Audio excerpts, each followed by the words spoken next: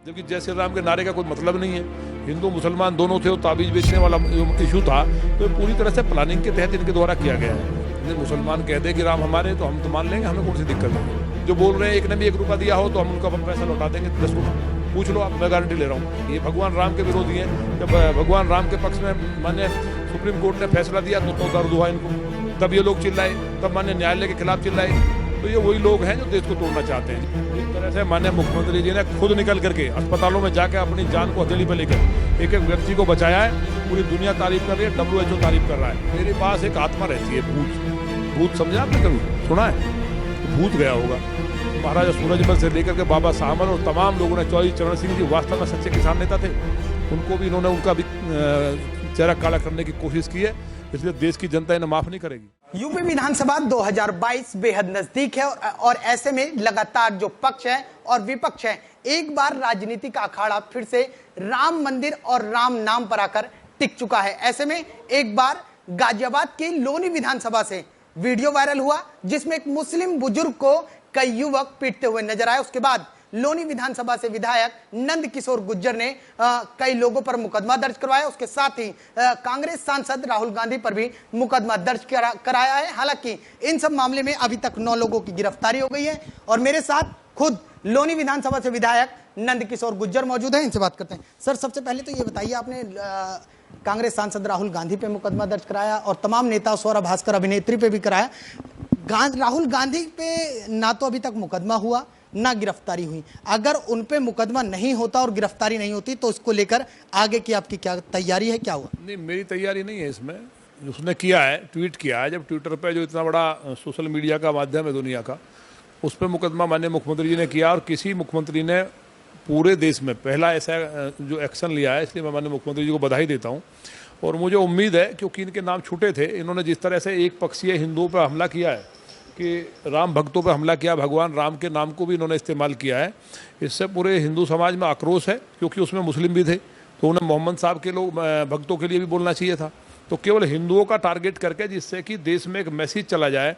एक आदमी इतनी जिम्मेवारी पे बैठ करके इस तरह की अगर हरकत करेगा, ये देश ने सोचा नहीं था। आज लोग शर्मसार हैं जो उनसे जुड़े हुए हैं, वो लोग भी कह रहे हैं कि इस तरह की हरकत कर सकता है आदमी कोई। तो ये केवल हिंदुओं को टारगेट इसलिए किया जिससे कि मुसलमानों को लगे कि हमारे साथ जाति हुई, जय श्री राम के नारे लगवाए। जबकि जय श्री राम के नारे का कोई मतलब नहीं है।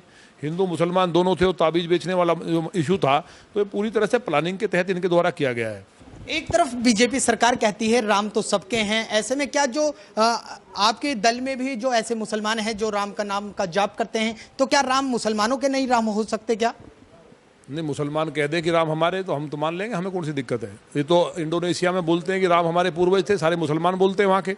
तो यही तो है, यहाँ का जो मुसलमान है, जो शरीफ लोग हैं, जिनको मालूम है कि राम हमारे पूर्वज थे, हमारे आराध्य थे, हमने अपना धर्म बदल लिया किसी कारण से, जो भी जाति प्रताड़ना हुई उसके कारण से, तो भगवान राम को मानने लगे, तो हम उनका स्वागत करेंगे, इसमें कौन सी बात है। लूट को लेकर जो राम मंदिर ट्रस्ट पे लूट का आरोप लग रहा है लगातार, चंपत राय कहते हैं मुझ पर तो आरोप लगते रहते हैं, मुझे आरोप का कोई फर्क नहीं पड़ता। तो आपको नहीं लगता कि इस तरीके का आदमी अगर इस तरीके के कुर्सी पर बैठकर और इस तरीके के उलूल जुलूल बयान देता है, उस पर ठोस कार्रवाई होनी चाहिए? चंपत राय जी इतने बड़े व्यक्तित्व हैं, उन्होंने देश के लिए इतना काम किया है और भगवान राम का उनके अंदर पूरा आशीर्वाद है, राम के लिए समर्पित हैं। सारी दुनिया को पता है कब वो एग्रीमेंट हुआ, उसके बाद कब उसकी रजिस्ट्री होती है। तो ये चीज़ कहने की नहीं है, एक पैसा दिया नहीं। ये भगवान राम के विरोधी हैं। जब भगवान राम के पक्ष में मान्य सुप्रीम कोर्ट ने फैसला दिया तो दर्द हुआ इनको, तब ये लोग चिल्लाए, तब मान्य न्यायालय के खिलाफ चिल्लाए। तो ये वही लोग हैं जो देश को तोड़ना चाहते हैं। उत्तर प्रदेश में अनलॉक की प्रक्रिया शुरू हो चुकी है, ऐसे में लेकिन कांग्रेस जो आपके यहां से गाजियाबाद के सांसद हैं वीके सिंह, उन्होंने बीच में एक बयान दिया था। उसके बाद सुनील शर्मा जो साहिबाबाद से विधानसभा है, उनकी भतीजी का भी हाल ही में निधन हुआ। तो आपको नहीं लगता कि कोरोना को लेकर सरकार विफल रही है? क्योंकि जब बीजेपी के जो रिश्तेदार हैं, जो नेता के चाहे विधायक हों चाहे सांसद हों, लगातार सरकार के विपक्ष में सवाल खड़े करते रहे, तो आपको नहीं लगता कि सरकार की कहीं ना कहीं कोई कमियां रह गई? देखिए, मेरा बयान तो आपने पहले भी दिखाया था। पिछली बार भी हमने कहा था कि कोरोना की हिम्मत नहीं है मेरी विधानसभा में आने की। इस बार भी कोरोना नहीं आया, ना पहला आया, और ये पार्टी ने भी पता किया, माननीय खन्ना जी ने। तो मेरे यहाँ पिछली बार की बात है और इस बार भी हमने लोगों की खिदमत की है। और पूरे प्रदेश में जिस तरह से माननीय मुख्यमंत्री जी ने खुद निकल करके अस्पतालों में जाकर अपनी जान को हथेली पर लेकर एक एक व्यक्ति को बचाया है, पूरी दुनिया तारीफ कर रही है, WHO तारीफ कर रहा है। तो जो लोग जिनको कोई बात मिला के आप जनरल वीके सिंह के बयान को गलत मानते हैं? नहीं, जनरल वीके सिंह जी ने बयान कहाँ दिया गलत? उन्होंने कोई गलत बयान नहीं दिया।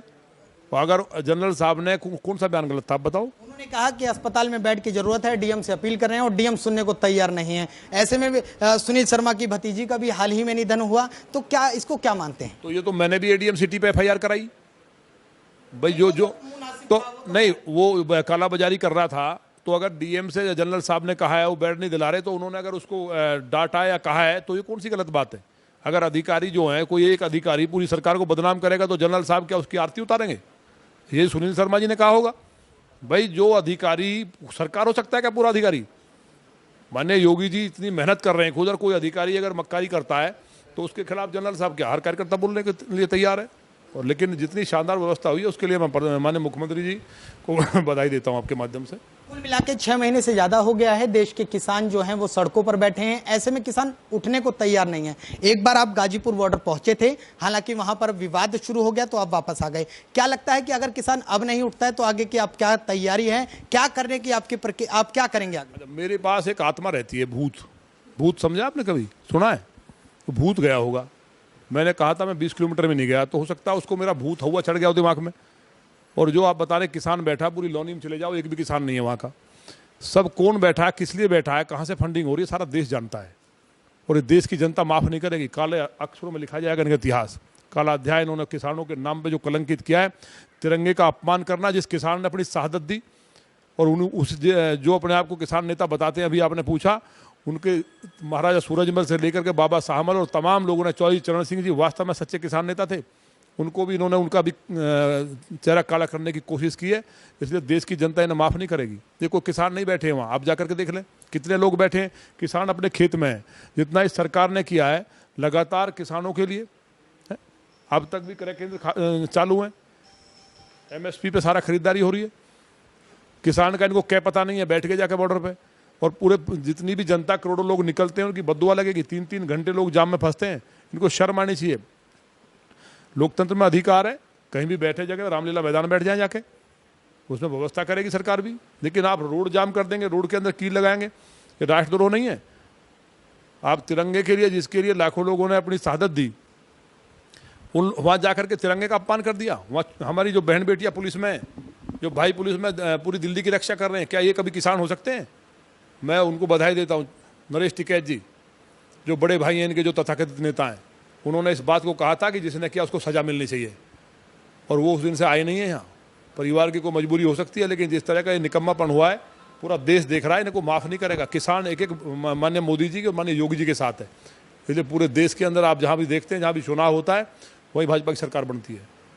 सर एक आखिरी सवाल, कुल मिलाकर राम नाम की बात करें तो बीजेपी लगातार राम नाम के जरिए अपनी जो राजनीति की नैया पार लगा रही है। ऐसे में विधानसभा चुनाव 2022 बेहद नजदीक है। कुल मिलाकर आपकी जो 2022 की तैयारियां होंगी वो किस मुद्दों पर होगी, जनता के प्रति आप क्या मैसेज देना चाहते हैं? कुल मिलाकर जो विधानसभा चुनाव आगामी आप लड़ने वाले हैं, क्या आप भी राम नाम के जाप से चुनाव लड़ेंगे या फिर कुछ और तैयारियां होंगी? राम नाम का जो जाप नहीं करता उसका तो नाश हो जाता है।